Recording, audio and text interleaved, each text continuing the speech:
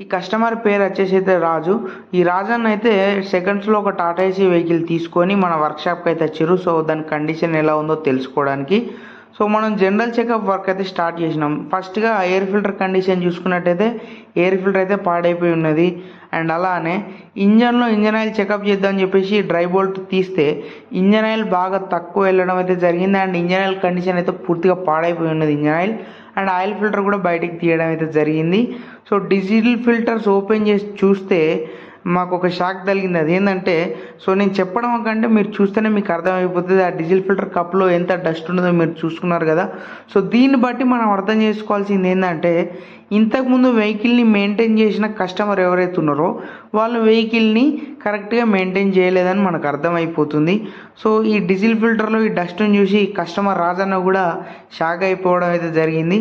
So ఈ video ద్వారా మీరు తెలుసుకోవాల్సింది ఏంటంటే మీ వెహికల్ యొక్క డీజిల్ ఫిల్టర్స్ ఎన్ని కిలోమీటర్స్ బ్యాక్ చేంజ్ చేసుకున్నారో ఒకసారి గుర్తుకు తెచ్చుకోండి. ప్రతి ఆయిల్ చేంజ్కి డీజిల్ ఫిల్టర్ చేంజ్ చేసుకోవడానికి ట్రై చేయండి. ట్రై చేయడమే కాదు, ఖచ్చితంగా చేంజ్ చేసుకోండి. అండ్ అలానే ఈ డీజిల్ ఫిల్టర్స్ ఏవైతే ఉన్నాయో పాతవి తీసేసి సో కొత్తవి అయితే ఫిట్ చేయడం అయితే జరిగింది ఈ వెహికల్కి. సో ఉంటా, మంచిది, బాయ్, జై హింద్.